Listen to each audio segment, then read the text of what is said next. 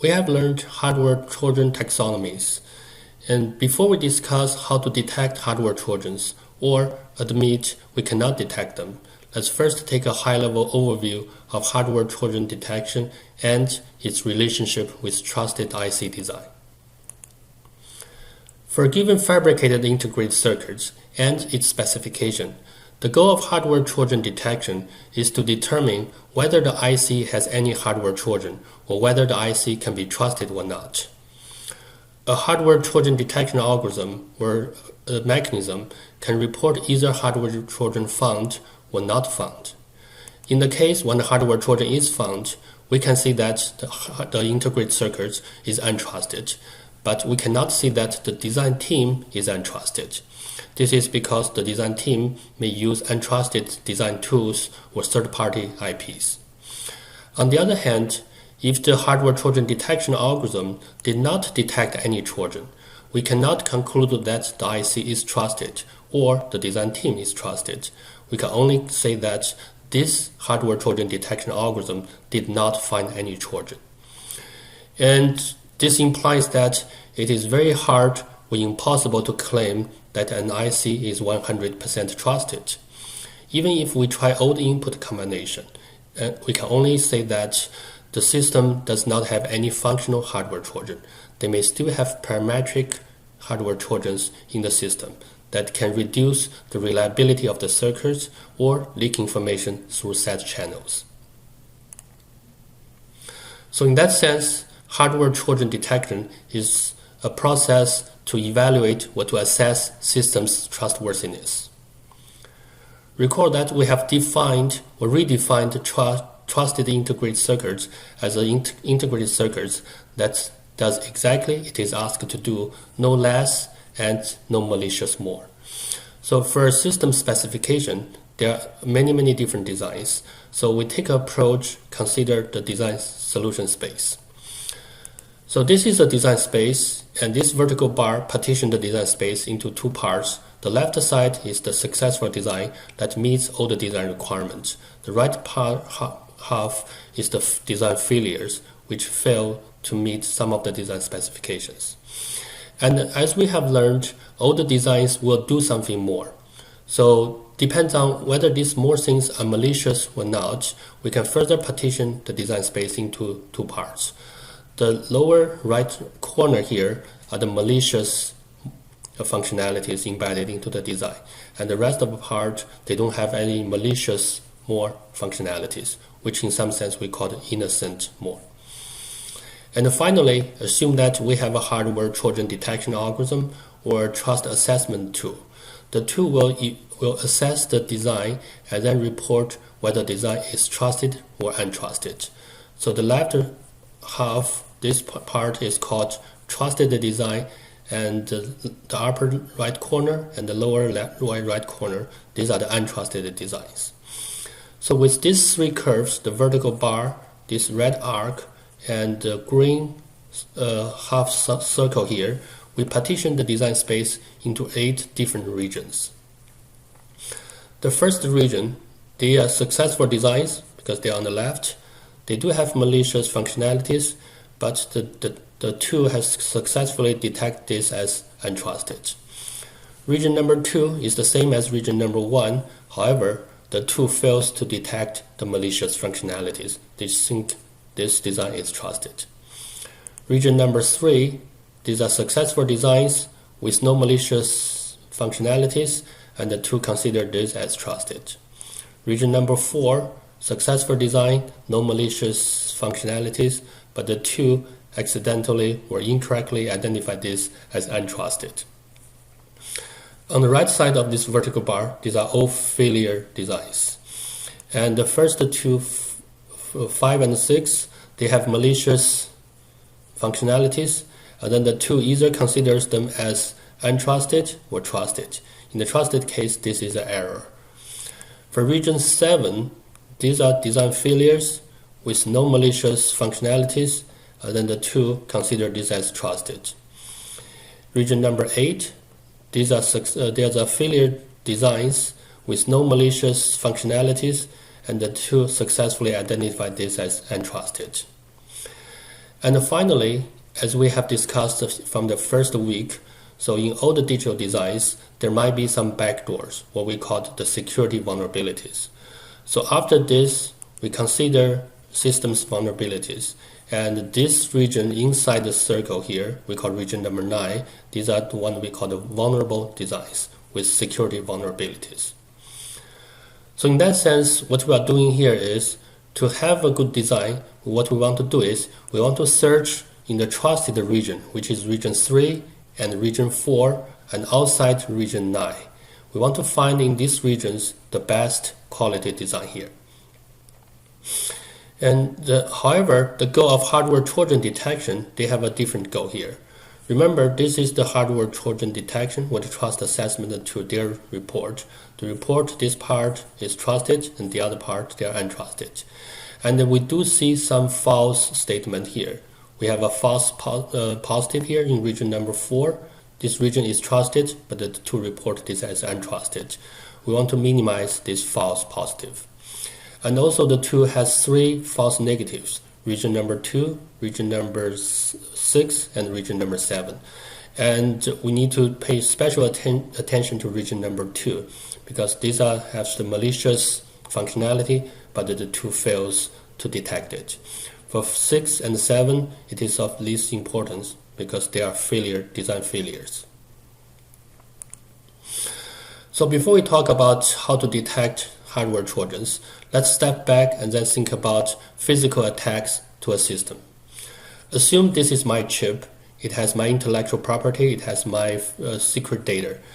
And the attackers want to launch what we have discussed, the physical attacks to the chip, trying to either reveal my design details or trying to steal the secret data stored in the system.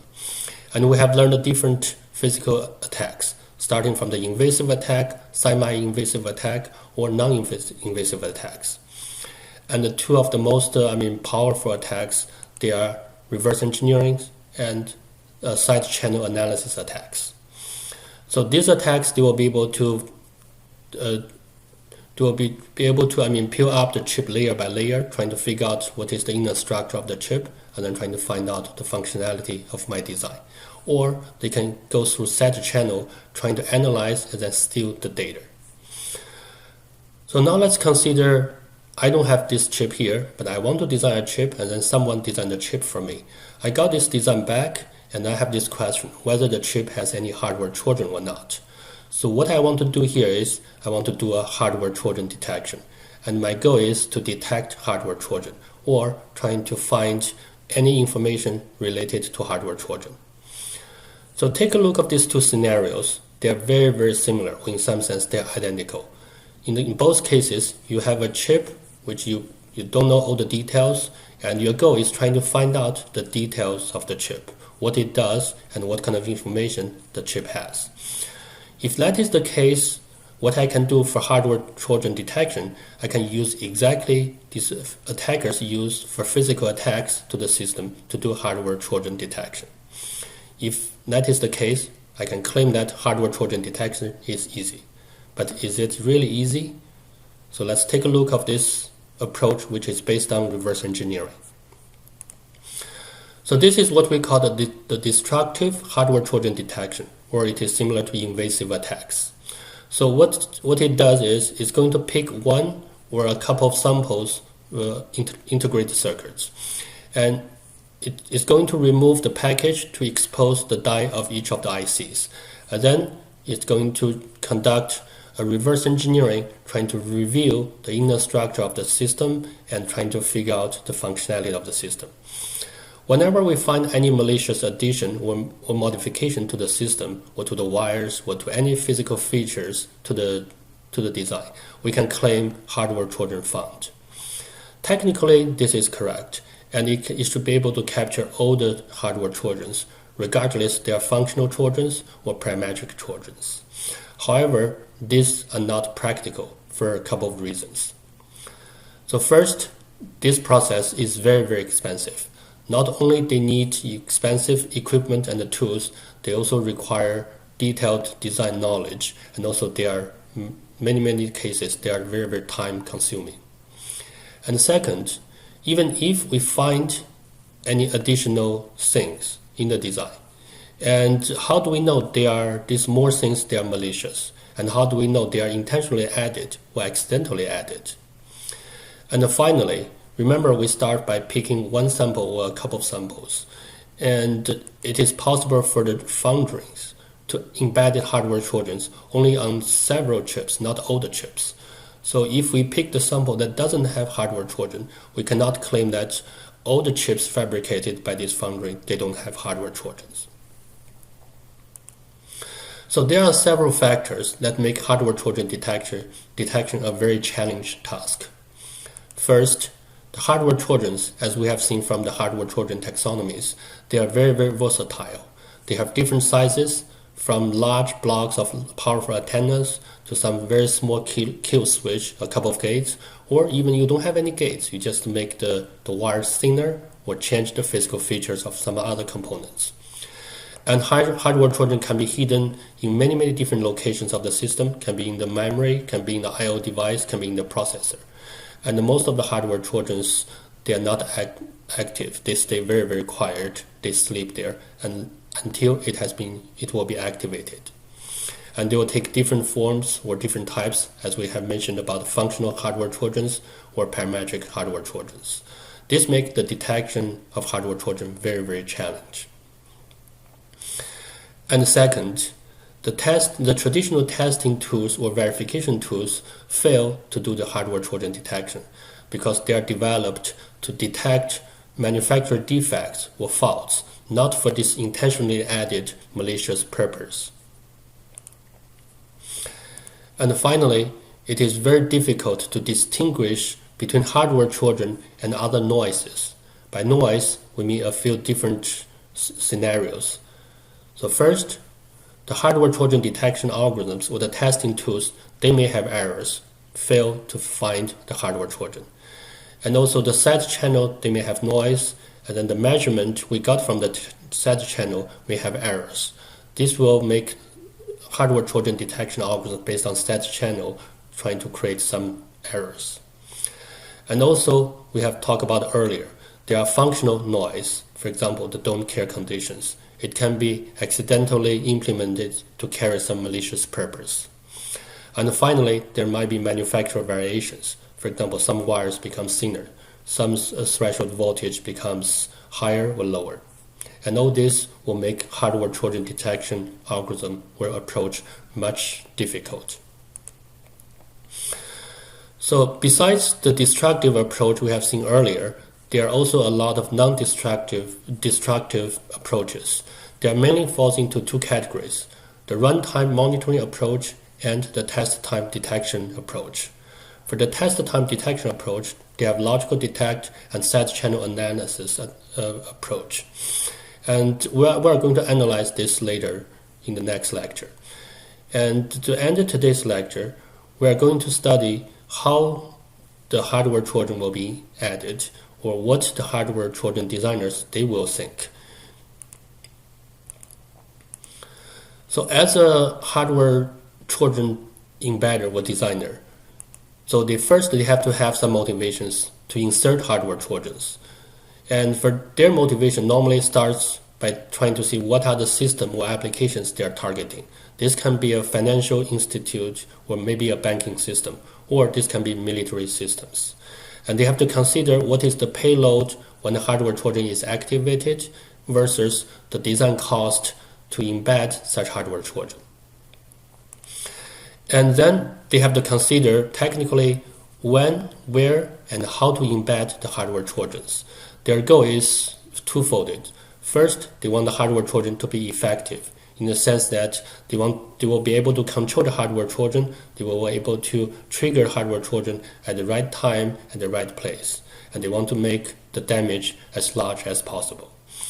And the second, they want to make this hardware Trojan stealthy, in the sense that it will be hidden well, and then the hardware Trojan detection algorithm cannot find them. Take the kill switch, for example. In this case, the Trojan designers, they want to control this hardware kill switch. They want to make sure that the switch will be switched at the right time and the right place to disable the components they want to control. And second, they want to have very little or no change to the design, both to the functionality of the system and the layout. The goal is trying to avoid being detected by either the test time or doing the side channel analysis approach. And finally, because the kill switch, so the attacker wants to have some control of the trigger. So the trigger, they want to have good controllability. It has to be based on real event, and they want to have an internal control switch. So with the understanding of what the attacker will think about how to embed a hardware Trojan, in this case the kill switch, we can design our hardware Trojan detection mechanisms to detect kill switch. For example, we'll first identify the potential target hardware components or blocks that the attackers may be interested. And second, for each of these blocks B, we can do a test time formal verification of B's control signals and input signals. Make sure they are all secure. And then during runtime, we can do the monitoring of the control signals to the block B and also the input-output relations. Make sure that the correct output will come with the input. And meanwhile, we can also try to monitor the set channels and to see whether there's any abnormal behaviors. And finally, we can do a very strict control of the outside particular wireless signals and all the blocks that are connected to this block B. This is because we know this is a kill switch. So for the kill switch to work, it must have some trigger. So with all these precautions, we cannot say that we have 100% guarantee to protect the system from this attack of kill switch. However, once we have all these mechanisms in place, for the attacker to embed a kill switch into the system, it becomes much harder.